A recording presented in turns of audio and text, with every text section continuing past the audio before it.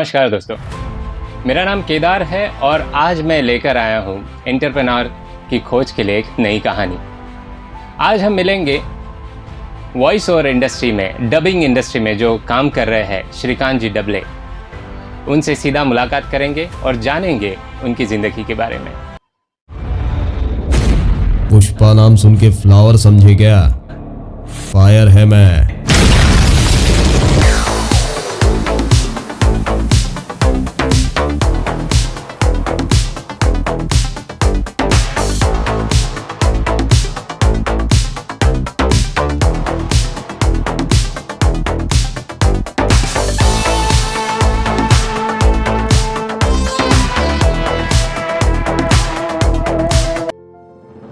श्रीकांत जी, सबसे पहले तो नमस्कार।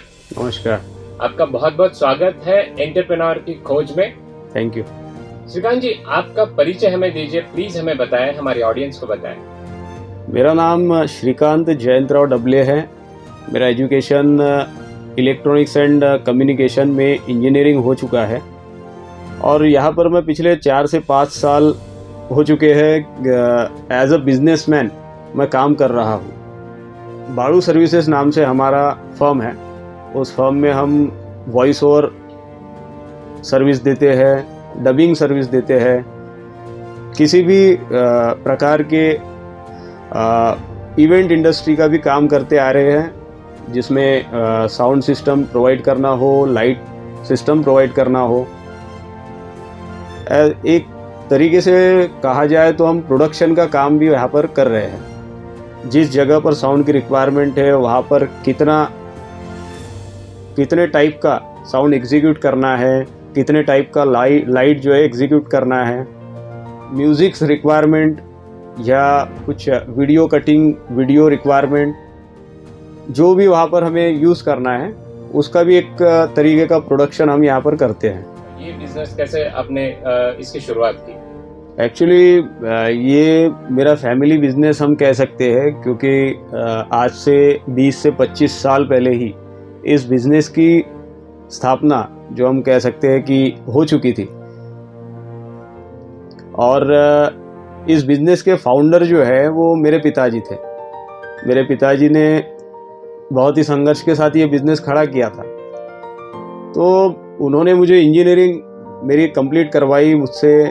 मुझे पढ़ाने में बहुत उनका योगदान है और उनकी भी एक इच्छा थी, उनका बेटा इंजीनियर बने और अच्छे कंपनी में काम करे, वर्क करे। जैसे कि मैं इंजीनियरिंग कंप्लीट करके पुणे में मल्टीनेशनल कंपनी टेक महिंद्रा में एज अ सिस्टम इंजीनियर काम करता था। ओके। और मुझे लगभग 1 साल हो चुका था वहाँ पर काम करते हुए। सडनली मेरे पिताजी की डेथ हो गई। मैं काफ़ी डिस्टर्ब रहता था मेरे कंपनी में काम करते हुए कि उन्होंने इतना बड़ा बिजनेस खड़ा किया, ये स्टूडियो जहाँ पर वो खुद बैठकर वॉइस ओवर का काम करते थे, और यहीं पर ही नहीं तो इस ज़िले में ही नहीं, ज़िले के बाहर तक वो अपने काम को अंजाम देते थे।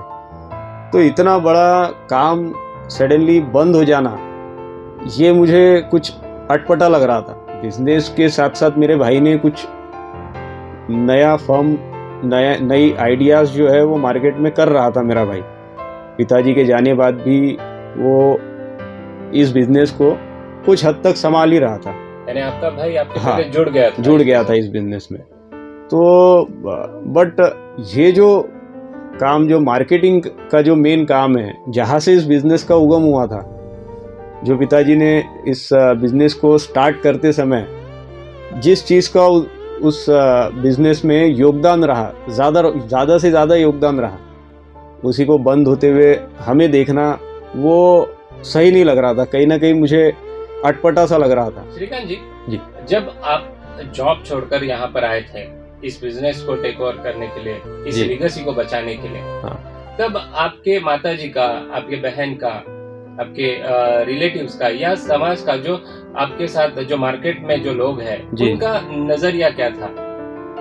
एक्चुअली मैं जब यहाँ पर आने का सोच ही रहा था, सबसे पहले तो हमारी माताजी उनके दिमाग में ऐसा आता था कि अरे इतनी अच्छी नौकरी आप कर रहे हो तो वो ही कंटिन्यू क्यों ना करते।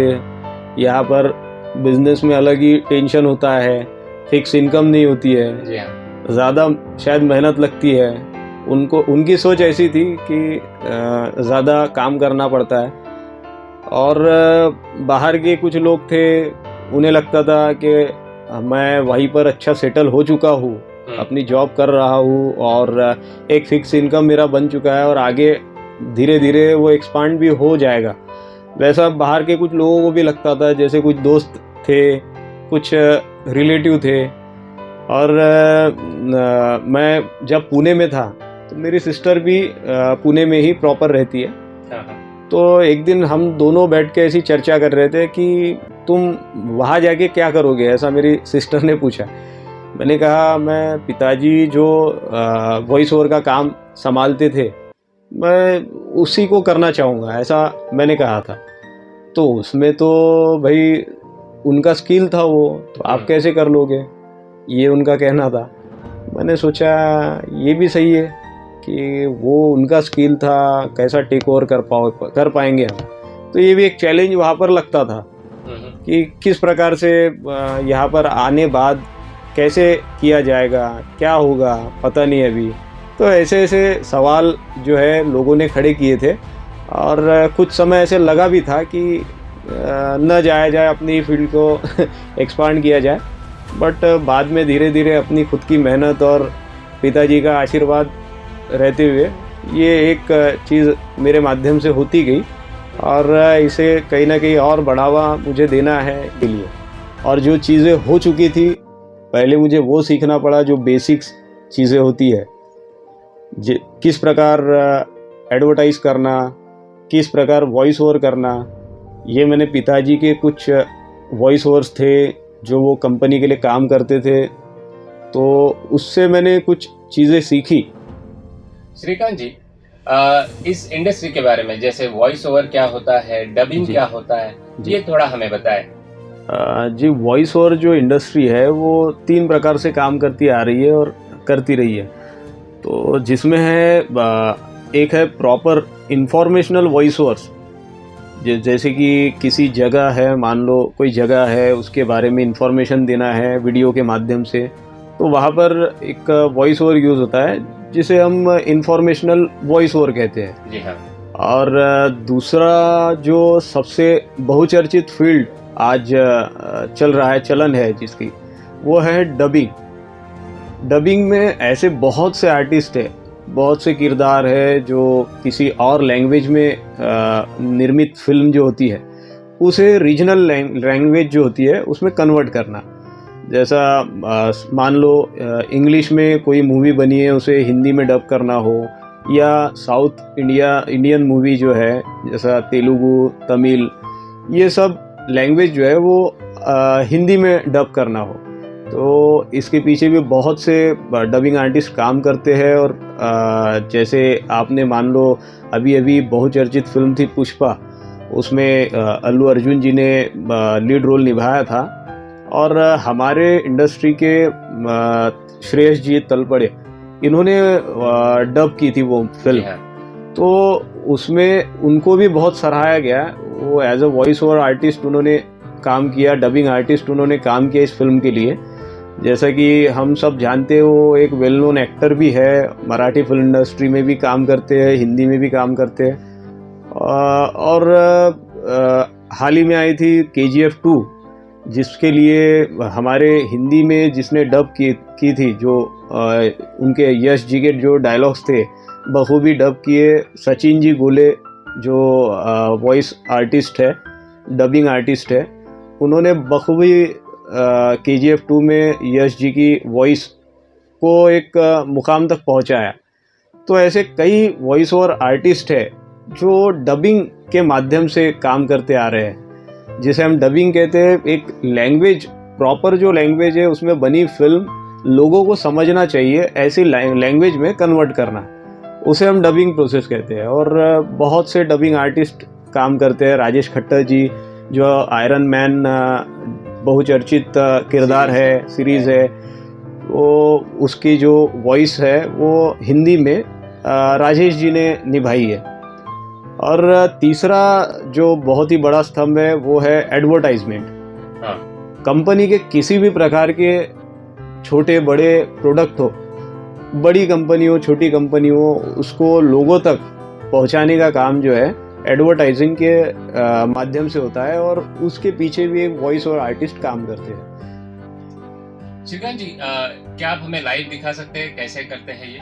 जी बिल्कुल, आपको बहुचर्चित एक डायलॉग मैं लाइव परफॉर्म करके सुनाता हूँ, जो कि अल्लू अर्जुन जी की फिल्म का था, पुष्पा फिल्म का। तो चलिए उसे सुनते हैं, मैं कोशिश करता हूँ। प्लीज प्लीज बताएं। पुष्पा नाम सुनकर फ्लावर समझे क्या? फ्लावर नहीं, फायर है मैं। और जैसे हम लोग बात कर रहे थे, एक इंफॉर्मेशनल जो वॉइस ओवर होती है, जी हाँ, वो किस प्रकार होती है, वो भी मैं आपको एक परफॉर्म कर दिखाना चाहूँगा। प्लीज बताइए। जैसे कि एक किताब है, मान लो ये लेखक है, लेखक की एक इंफॉर्मेशनल वीडियो मान लो हम बना रहे हैं, और किस प्रकार से लेखक का जीवन व्यतीत हुआ है, उनका एक डॉक्यूमेंट्री मान लो हम बना रहे हैं, तो वो इस प्रकार से की जाती है। जयशंकर प्रसाद का जन्म 30 जनवरी सन 1890 में काशी के सराय गोवर्धन में हुआ था। प्रसाद जी की प्रारंभिक शिक्षा काशी में हुई, जिसके बाद उनकी शिक्षा का प्रबंध घर पर ही किया गया, जहां उन्होंने संस्कृत, हिंदी, उर्दू तथा फारसी का अध्ययन किया। तो इस प्रकार से मान लो इंफॉर्मेशनल वॉइस जो है वो लोगों तक पहुंचाई जाती है। और अगर हम चलते हैं एडवर्टाइजिंग की ओर, तो एक बहुचर्चित प्रोडक्ट है, उसी का डेमो मैं आपको देता हूँ। प्लीज बताइए। बिंगो टेढ़े मेढ़े, इतना टेस्टी कि कंट्रोल ही नहीं होता। तो इस प्रकार से 3 टाइप के वॉइस ओवर जो है वो इंडस्ट्री में चलते आ रहे हैं, और इसी पर पूरी इंडस्ट्री काम करती आ रही है। जी हाँ, बहुत बढ़िया श्रीकांत जी। आप अब इसका इफेक्ट क्या हम सुन सकते हैं? जी जो आपने बिल्कुल किया, प्लीज जी। बताइए। जैसे कि हमने भी पुष्पा का जो डायलॉग है वो परफॉर्म किया था, और एक फाइनल मिक्स और मास्टर करने बाद वो डायलॉग कुछ इस तरह से सुनाई देता है। प्लीज बताइए। सुनिए। पुष्पा नाम सुन के फ्लावर समझे क्या? फायर है मैं।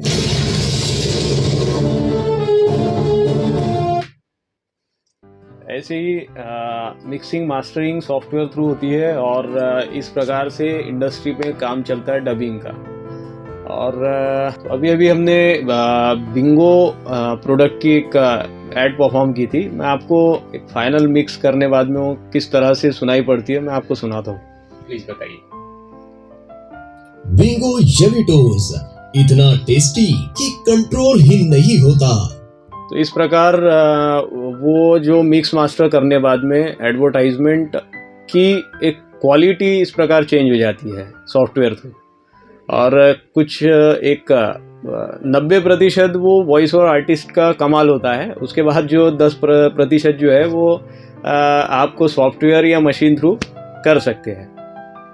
ये जो स्किल है, इसे हासिल करने के लिए क्या कोई थ्रोट एक्सरसाइज करने पड़ते हैं या कुछ करना पड़ता है, प्रैक्टिस करना पड़ता है? इसके बारे में बताएं। ऐसे तो बहुत सी बातें हैं इससे रिलेटेड।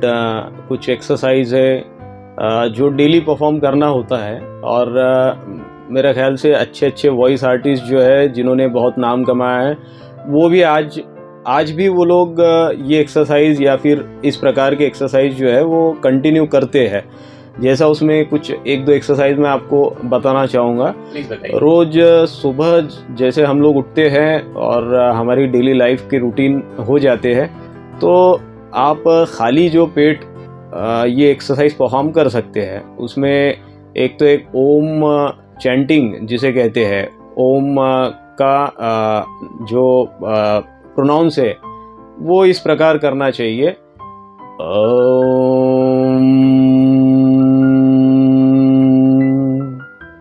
इस प्रकार से, यानी अ ओ म।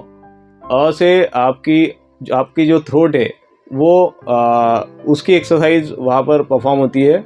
और वो जो है उससे आपकी जो छाती है उसकी एक्सरसाइज परफॉर्म होती है। और जो है से आपकी जो नाभि है वहाँ की एक्सरसाइज परफॉर्म होती है। मतलब एक आवाज़ में एक जो डीपनेस जिसे कहते हैं हम, भारीपन, वो यहाँ से हमें मिल सकता है। और एक कंटिन्यूटी जो है, बोलने की जो क्षमता जो है वो बढ़ाने में इससे मदद होती है।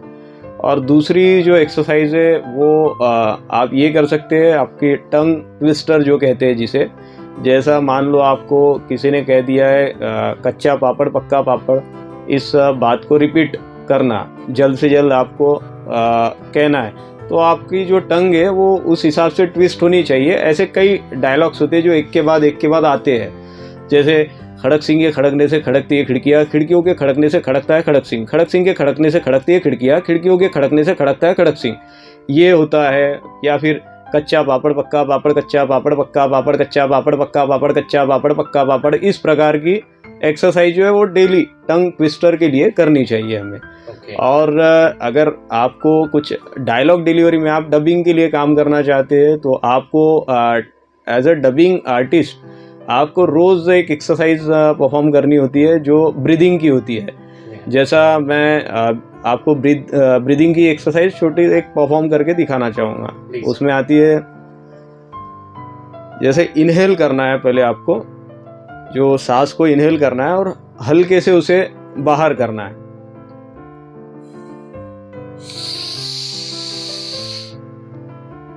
अभी आपकी जो हवा है वो आपकी छाती में भरी हुई है।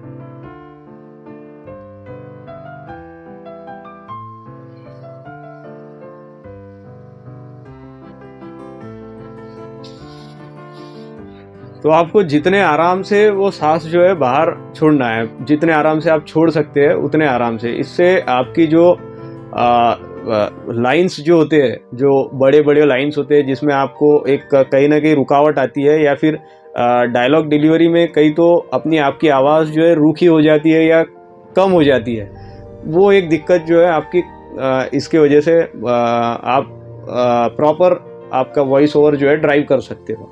जैसे इसमें बहुत बार कहा जाता है कि आपका प्रोनाउंसिएशन सही हो, डिक्शन सही हो। जी जी जी। तो इसके लिए हम कैसे प्रैक्टिस कर सकते हैं? इसके लिए आपको जिस लैंग्वेज पे आप काम कर रहे हो उस लैंग्वेज पर डेली 2 से 3 जो है पेजेस एक बुक के पढ़ते रहना चाहिए, या पेपर पढ़ो, अखबार पढ़ो, बुक्स पढ़ो, या कोई डेली आपको जिस फील्ड में नॉलेज लेना चाहते हैं आप उस फील्ड का कोई भी एक पन्ना पढ़ो। जितना ज़्यादा हम पढ़ते हैं उतना अच्छा हमारा प्रोनाउंसिएशन होता है। और पढ़ना ये मन के मन में नहीं पढ़ना है, हमें पढ़ते समय ज़्यादा से ज़्यादा ज़ोर से पढ़ना है, ताकि हमारे जो प्रोनाउंसिएशन के साथ साथ जो वोकल टच जो होता है, एक वॉइस को जो ड्राइव करता है, वो भी हमारा कहीं ना कहीं अपडेट होना चाहिए। तो उस प्रकार से पढ़ना है आपको, मन के मन में पढ़ के इसे बस मन ही मन न पढ़ते हुए आपको ज़ोर से पढ़ना है, ताकि आपके जो प्रोनाउंसिएशन है वो अच्छे हो सके। इस बिजनेस को करते समय जी क्या क्या चैलेंजेस फेस करना पड़ता है? कोई एनी सिचुएशन है, कोई ऐसा इंसिडेंस है, आप प्लीज़ हमारे साथ शेयर कीजिए। जी बिल्कुल। एक्चुअली ये जो बिजनेस है ये एक परोसी हुई थाली नहीं कह सकते हम इसे। Most of the time customer client हमारे सामने आते हैं, बैठते हैं, मुझे ऐसी चीज़ क्रिएट करके दीजिए कि बस मज़ा जो आ जाए, मज़ा आ जाए। तो हम सोच में पड़ जाते हैं, अरे भाई इससे मज़ा कैसे क्या आएगा, इसको एक्चुअली चाहिए क्या। हम बार बार उनसे पूछते भी है, आपको एक्चुअली इस फील्ड रिगार्डिंग क्या, आपको हमसे क्या चाहिए, हाँ आपका एक्चुअल रिक्वायरमेंट क्या है। लेकिन बहुत बार कस्टमर को बताना आता ही नहीं है कि उनको चाहिए क्या है। तो वो हमारी खुद की क्रिएटिविटी होती है कि अब इन्हें कैसे क्या हमें सर्व करना है, और किस प्रकार सर्व करने के बाद इन्हें पसंद आएगा और ये चीज़ फाइनल होगा। मॉड्यूलेशन और जो फीलिंग के साथ कोई चीज़ को कहना, ये हम सिर्फ ये इंडस्ट्री तक ही सीमित है, ऐसा नहीं कह सकते। जी हाँ। हम अगर किसी से बात कर रहे हो, चाहे हम स्टूडियो में हो या कहीं बाहर कोई दुकानदार के आगे हो या बॉस के आगे हो या फिर कहीं सेमिनार दे रहे हो, हमें ये सब चीज़ें वहाँ पर भी उतनी ही काम आती है। मेरा मानना है कि ये सिर्फ एक वॉइस ओवर आर्टिस्ट ही इसको एडमायर करे, ये ज़रूरी नहीं है। एक आम आदमी या फिर कोई Other sectors जॉब, के भी। हाँ, कोई जॉब कर रहा है, कोई उससे भी अदर सेक्टर में जो कोई काम करता है, उसके लिए भी उतना ही ज़रूरी है। सामने जो पर्सन है उसे कन्विंस किस प्रकार कर रहे हैं, उसके लिए कम्युनिकेशन से बड़ा जो हथियार हो नहीं सकता, ऐसे मुझे लगता है। और कम्युनिकेशन बेटर करना है अगर, तो मॉड्यूलेशन, डिक्शन, ये सब चीज़ें प्रॉपर होनी बहुत ज़रूरी है। क्योंकि मोस्ट ऑफ द टाइम होता ये है कि हम जो चीज़ बनाते हैं वो फाइल ज़्यादातर बार मॉडिफाइड होती रहती है। पहली बार कस्टमर को सेंड की गई तो वहाँ से जवाब आता है ये जमा नहीं, और कुछ फिर मॉडिफाई होता है, ऐसा करते करते मॉडिफाई होते जाता है। तो ये चीज़ हमें जब फर्स्ट टाइम हम जो वो कंटेंट क्रिएट करते हैं, तो तभी हमें सोच समझ कर क्रिएट करना पड़ता है कि ये पहली बारी किया हुआ जो अपना कंटेंट है वो फाइनल हो जाना चाहिए। तो कस्टमर उसे किस नज़रिए से सुनेगा, देखेगा, ये हमें पता नहीं होता है। तो ये एक बहुत बड़ा चैलेंज मुझे लगता है इस फील्ड का होता है। और उसे फिर वो कुछ चुनिंदा शब्द हमें देकर जाता है और उसे हमें एक्सप्लेन करना होता है, एक्सपांड करना होता है, और कम समय पर ज़्यादा से ज़्यादा क्रिएशन उसमें डालना होता है। लोगों के कानों तक घर करवाना, ये भी एक बहुत बड़ा चैलेंज उसमें होता है। हालांकि वो भी हम कवर अप कर लेते हैं। बिजनेस में बहुत ही अलग अलग फील्ड है, बहुत वास्ट फील्ड है। यहाँ पर बहुत से काम है जो कोई एक पर्सन पूरी चीज़ मैनेज नहीं कर सकता। जैसे कि पूरा इवेंट मैनेज करना हो, या साउंड सेक्शन को देखना हो, लाइट प्रोडक्शन देखना हो, या विजुअल्स जो है वो प्रोडक्शन देखना हो। तो ऐसी कई प्रकार के काम हमारे इस बिज़नेस में चलते हैं, जिसमें मैं साउंड सेक्शन जो है वो एक ड्राइव करता हूँ प्रॉपर वे में। इंस्टॉलेशन कहीं पे जो भी लोकेशन होती है, वेन्यू होता है, वहाँ पर साउंड एग्जीक्यूशन हो गया। उसके बाद में ये इस स्टूडियो में जो वर्क चलते हैं, रिकॉर्डिंग्स, नए नए प्रकार की रिकॉर्डिंग्स होते हैं। कोई क्लाइंट्स आते हैं जिन्हें अपनी खुद की आवाज़ में भी गाने कहो या रैप, आजकल नौजवान लोग बहुत से आते हैं, रैप की रिकॉर्डिंग करते हैं। और वॉइस ओवर के काम तो मैं करता ही हूँ। साथ ही साथ इसी सेक्शन में एडवर्टाइजमेंट के काम होते हैं। कभी कभी जिंगल्स रेडी करना होता है कंपनी के लिए। इस प्रकार के जो काम है वो मैं निभाता हूँ। इस बिजनेस में आपके भाई भी है साथ में? जी, मेरा भाई ये सेक्शन देखेगा, ऐसा जी कुछ जी है? जी। वैसा तो एक्चुअली ये डिसाइड और डिवाइड तो हुआ नहीं है, बट जिसको जिस काम में इंटरेस्ट है वो काम करता है। हमें एक्चुअली उसको विजुअल्स में इंटरेस्ट है तो वो ज़्यादातर विजुअल्स के काम देखता है। एलईडी स्क्रीन और इवेंट मैनेज करना हो या उसके रिलेटेड काम जो है वो बखूबी निभाता है। और मुझे मेरे इस फील्ड में इंटरेस्ट है, एक वॉइस ओवर फील्ड में, दूसरा रिकॉर्डिंग के लिए लोग आते हैं बहुत से लोग। और तीसरी बात ऐसी है कि थिएटर्स जो होते हैं उसमें बैकग्राउंड म्यूज़िक्स चलते हैं, बहुत से प्लेज होते हैं। तो उस प्लेज में बैकग्राउंड म्यूज़िक किस प्रकार की देनी चाहिए वो चीज़ मैं मेंटेन करता हूँ। और साथ ही साथ साउंड इंस्टॉलेशन जो है वेन्यू पर, कोई इवेंट है वहाँ पर, वो चीज़ भी मैं देखता हूँ। तो इस प्रकार से हम लोगों ने एक सेक्शन ऐसे अब अपने चुन के रखे हैं कि मुझे ये करना है, उसे वो करना है। तो ये मेरा स्पेशलाइजेशन इस फील्ड में है कि एक साउंड सेक्शन जो कहते हैं, जिसमें आवाज़ का जो काम होता है, वहाँ पर मैं अपना ज़्यादा से ज़्यादा वक्त देता हूँ और उसे ही बखूबी निभाता हूँ। श्रीकांत जी, आपने किन किन इंडस्ट्री में आज तक काम किया है? आपने किस सेक्टर के लिए काम किया है, इसके बारे में बताइए। ऐसे तो रोज़ाना अलग अलग इंडस्ट्री में काम करने का एक मौका मिलते रहता है। और जैसा जैसा नए नए सेक्टर में काम करने का मौका मिलता है और जोश के साथ हम लोग काम करते हैं। कुछ कॉरपोरेट इवेंट हमने ऑर्गेनाइज़ किए हैं, उसको निभाया है। कुछ वेडिंग है, कुछ पॉलिटिकल है, और मार्केटिंग में जिंगल्स रेडी करना हो, उनके एडवर्टाइजमेंट हो, रेडियो कमर्शियल हो, और एफएम के एप्लीकेशन से कुछ उसके लिए भी हमने काम किया है। तो इस प्रकार से इंडस्ट्री में हम वर्क करते आ रहे हैं, अलग अलग कंपनियों के लिए, अलग अलग सेक्टर के लिए। श्रीकांत जी, आपके इस कंपनी में जहां एक तरफ लॉकडाउन में कई लोगों की जॉब्स गई, स्टार्टिंग में हम लोग 4-5 लोगों के लोगों को साथ लेकर काम करते थे, और धीरे धीरे हमने उन्हें वो संख्या जो है वो बढ़ती गई। हमारा काम जो है एक्सपांड होते गया, और धीरे धीरे वो संख्या भी बढ़ती गई। आज हम तकरीबन 35 से 40 लोगों को रोज़गार देते हैं, जिससे उनके घर परिवार में भी कुछ मदद होती है। और एक हमारा मोटो ये रहेगा कि हम ज़्यादा से ज़्यादा जो है लोगों को हमारे माध्यम से काम दे सके, एम्प्लॉयमेंट दे सके।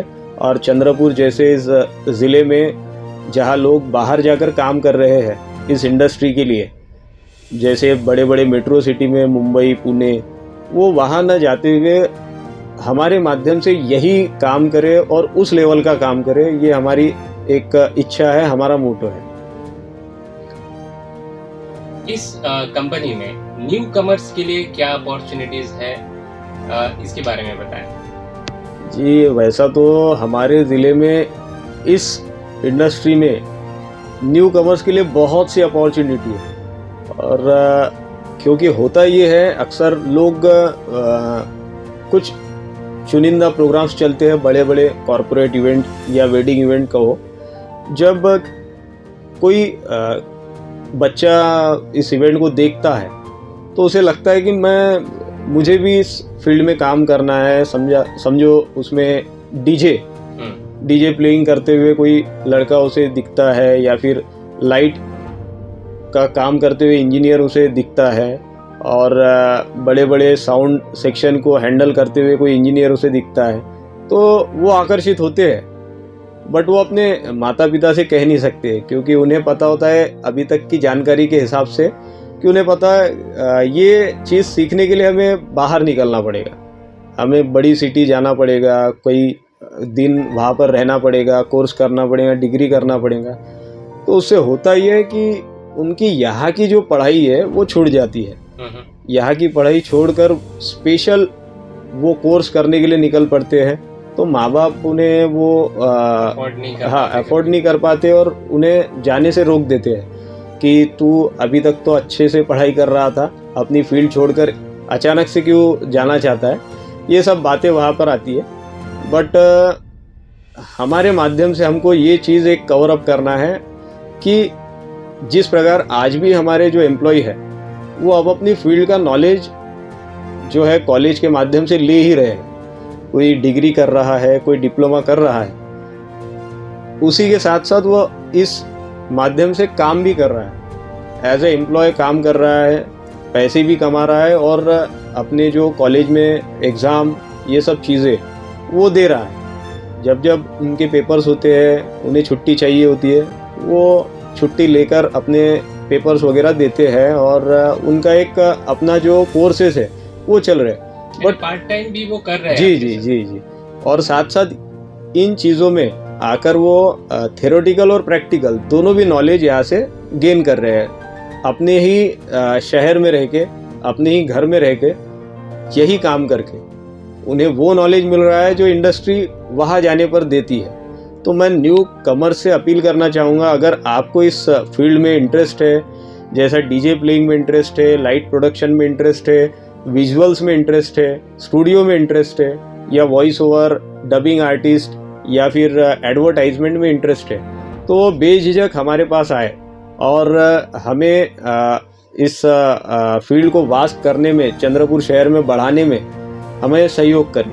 आपको यहाँ पर कहीं बाहर न जाते हुए, हम आपके ही शहर में, आपके घर पे रहते हुए आपको इस चीज़ का नॉलेज देंगे और बखूबी देंगे जो आपको काम आएगा। जी, आज इस बिजनेस के माध्यम से आपने जो शुरुआत की है और आज आप चंद्रपुर ही नहीं, महाराष्ट्र ही नहीं, अदर स्टेट में भी आप सर्विसेज दे रहे हैं जी। आज आने वाले टाइम में आपके क्या फ्यूचर प्लान्स है, इसके बारे में हमें बताएं। जी।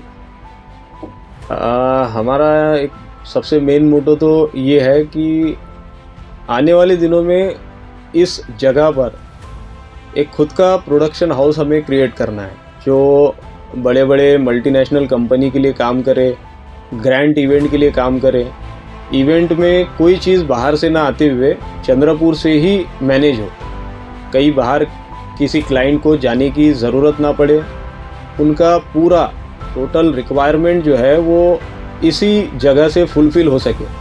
और साथ ही साथ हमको जैसे ये स्टूडियो हमारा यहाँ पर मौजूद है पिछले कई सालों से, हमें अपना खुद का एक FM चैनल यहाँ पर क्रिएट करना है।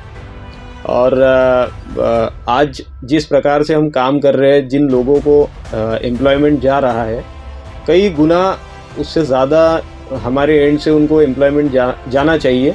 और चंद्रपुर के मैक्सिमम जो इस फील्ड में इंटरेस्टेड लोग हैं वो हमारे इस कंपनी के माध्यम से अपनी जो क्रिएटिविटी है वो सामने ला सकने चाहिए, ऐसा हमारा एक मोटो है। और जैसा कि जिस प्रकार से हम चल रहे हैं, मुझे लगता है वो एक ना एक दिन ज़रूर जल्द से जल्द आएगा।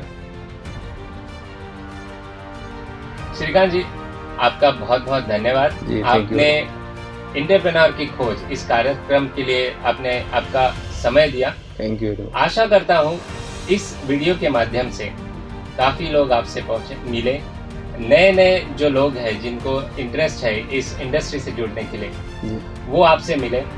और बहुत बहुत धन्यवाद। Thank you very much.